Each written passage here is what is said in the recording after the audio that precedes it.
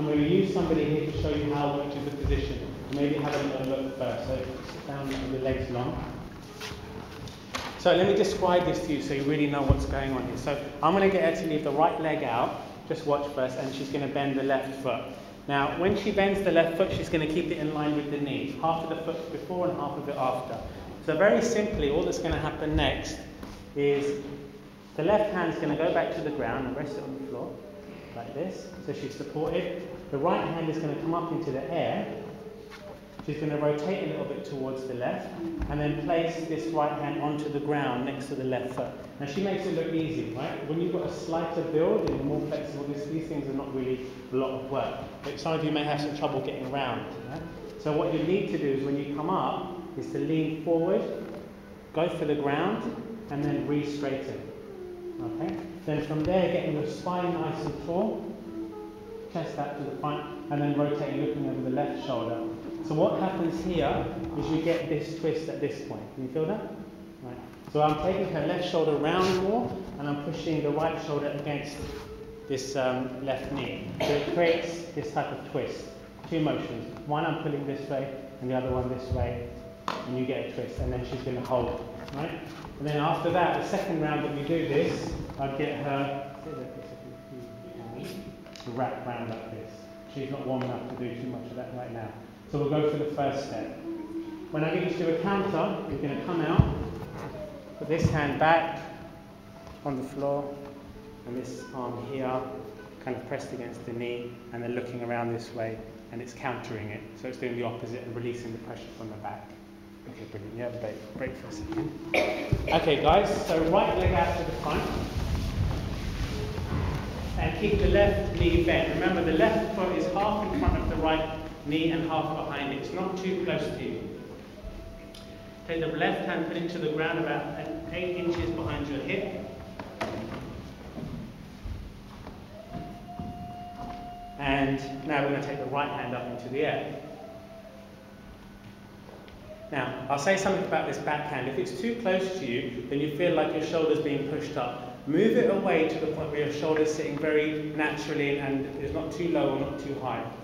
So now we're going to rotate our torso and see if we can get this right hand to the outside of the left foot on the floor.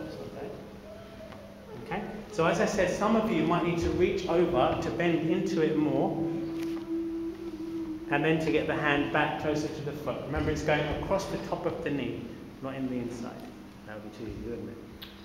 Yeah. So once you've done that, look over the left shoulder and see if you can create that twist. The hand.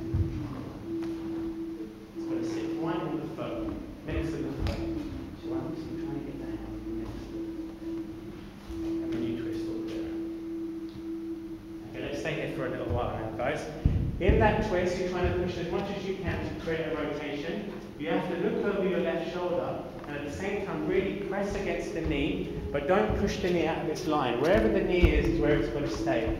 You're not to knock the knee out of its natural line, okay?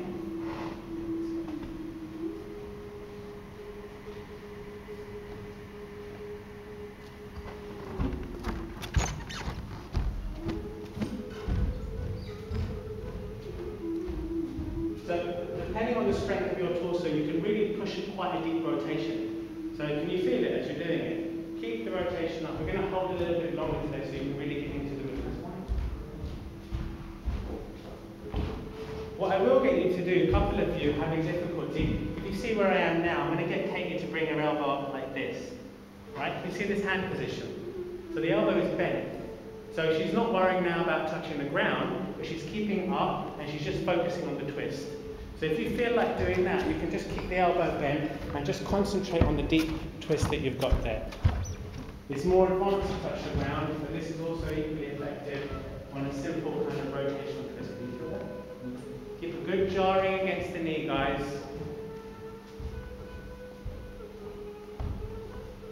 Keep the fingertips spread, keep the hands spread nicely, keep everything that you're doing articulate, all of your movements.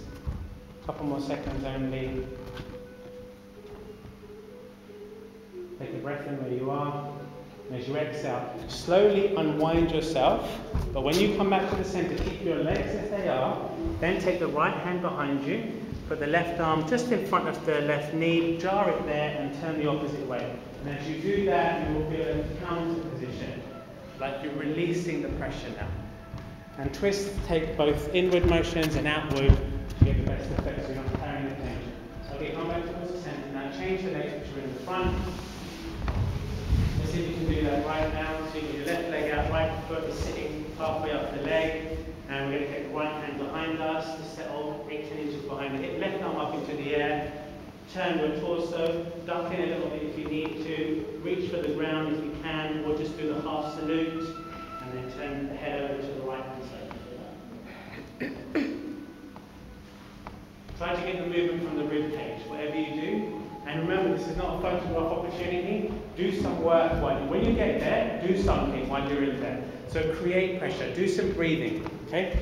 What we're doing here is we're getting into the organs of the body, the stomach, the liver, the colon, upper and lower bowels. And you want to twist them round as much as you can. So breath-wise, you can take a breath in where you are as much as you can. And as you exhale, try to soften and go deeper into the stretch. As you exhale, soften and go deeper into the stretch.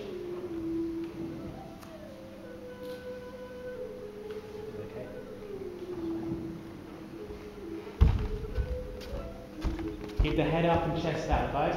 What you don't want to do is be hunched in the position. So if you feel like you've kind of gone round and bending your back, try to get your spine straight, chest out, and then rotate again. And see if you can get some movement out of it.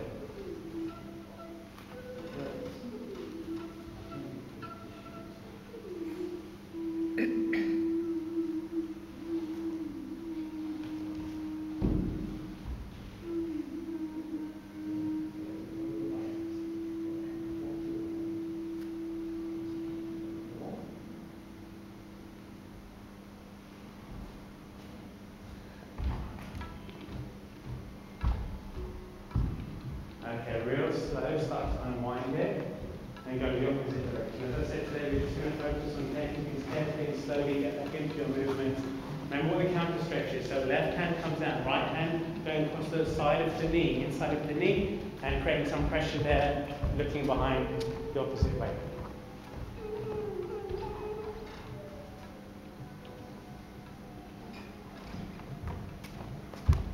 Okay, release slowly, that work, come back round to the front. How does that feel, okay? Feel that?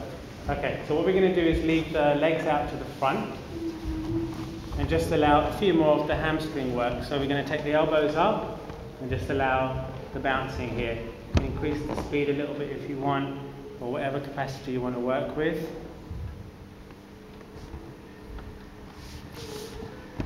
So again, the aim here is to try to get the elbows regularly to the ground every time you come forward and without allowing the knees to bend. So you're looking at the knees, making sure they're not popping up every time. Now, if you've ever worked out in a gym, there's a crunching machine or there's movements you could do with rope to do this, and you engage your abdomen. So what I can say as a tip for you is as you're coming down to work your hamstrings, start crunching.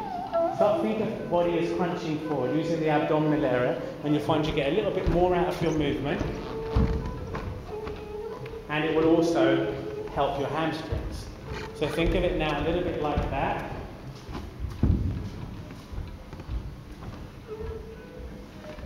Almost like you're putting a weight over your head, but a little bit more controlled fashion, and it should start to get you down. Okay, next time you come down, drop your elbows to the floor and stay with the elbows on the ground, as close to the ground as you can.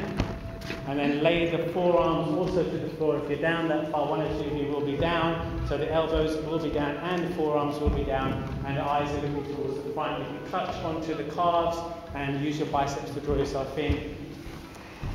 Dhanasana, forward bend, stretch, head to knee, close grip, cleansing jelly. And let's see how low we can go. I don't want you to look to your knees. I want you to bring your chin to your knees and keep your eyes forward. I say this because, you know, as you get older, you start to develop a hunch in your neck. So you become more like that, yeah, your posture. So by always keeping the head up, you'll always work the neck, so it's always upright. So if you keep the head up, it's part of the spine. Couple more seconds only. Okay, and slowly peel yourself up from there and into Cobra pose. Cobra pose is going to seem really hard right now because you've used your back in a certain way. So we're going to go into a low pose.